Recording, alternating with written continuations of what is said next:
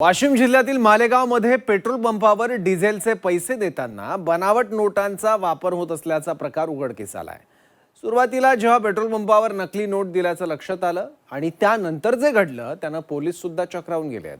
बघूयात।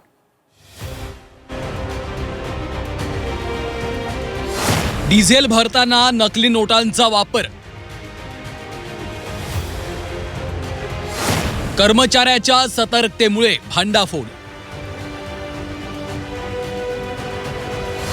बनावट नोटांसह 7 जणांना अटक। सध्या पेट्रोल पंपावर लोकांच्या रांगा लागल्या। वाशिम जिल्ह्यातल्या मालेगाव ते वाशिम रोडवरील पेट्रोल पंपांवर सुद्धा वाहनांची गर्दी होतीये। तेवढ्यात डिझेल भरायला एक वाहन तिथे आलं। पेट्रोल पंपावरील कर्मचाऱ्यानं डिझेल भरलं आणि नंतर वाहन चालकानं कर्मचाऱ्याला पैसे दिले। पण पैसे घेतल्यानंतर कर्मचाऱ्यानं नोट निरखून पाहिल्यावर त्याला काहीतरी गडबड जाणवली। सतर्क कर्मचाऱ्याला वाहन चालकानं दिलेल्या नोटा नकली आहेत हे ओळखायला फार वेळ नाही लागला, कारण वरवर जरी हुबेहूब 500ची वाटणाऱ्या या नोटेवर आपण लक्ष देऊन पाहिलं तर त्यावर भारतीय बच्चों का इंडियन बँक असं लिहिलंय।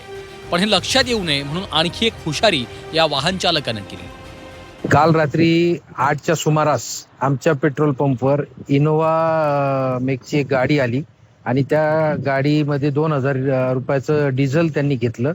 आमच्या व्यक्तीनं ते डिझेल त्यांना टाकल्याच्या नंतर 500च्या 4 नोटा त्यांनी आमच्या व्यक्तीला दिल्या आणि त्या नोटा ज्यावेळेस आमच्या व्यक्तीनं चेक केल्या तर त्याच्यात खालून आणि वरतून ह्या 2 ओरिजिनल नोटा होत्या 500च्या आणि 2 डुप्लिकेट नोटा त्या 2 नोटांच्या मध्ये टाकून त्यांनी दिल्या होत्या।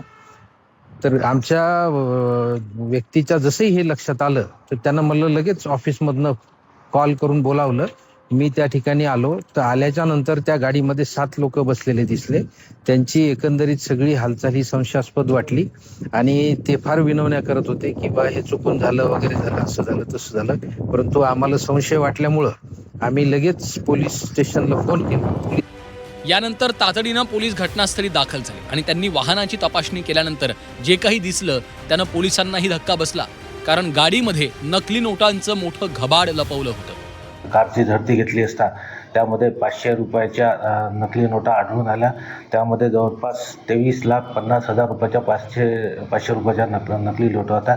यामध्ये पोलीस स्टेशनला येऊन त्या 7 इसमांविरुद्ध गुन्हा दाखल करण्यात आला आहे आणि पुढचा तपास सुरू आहे। सर्व आरोपी जे आहेत ते हैदराबाद येथील राहणारे आहेत आणि गुन्ह्याचा तपास सुरू आहे। नकली नोटा रिचवणारं हे कुठलं मोठं रॅकेट आहे का, या अनुषंगाने पोलिसांनी तपास सुरू केलाय। तर यामागे आणखी कुणी आहे का, तसंच आणखी कुठे या नकली नोटांचा वापर आरोपींनी केलाय याचाही शोध पोलीस घेत आहेत। त्यामुळे नागरिकांनी सुद्धा अशा बनावट ज्या नोटा असतील किंवा अशा हालचाली असतील त्याकडे गांभीर्यानं लक्ष देण्याची गरज आहे आणि अशा संशयास्पद गोष्टी काही आढळल्यास पोलिसाशी संपर्क साधण्याचं सुद्धा आवाहन पोलिसांकडून करण्यात आलेलं आहे। गणेश मोळे, झी मीडिया, मालेगाव, वाशिम।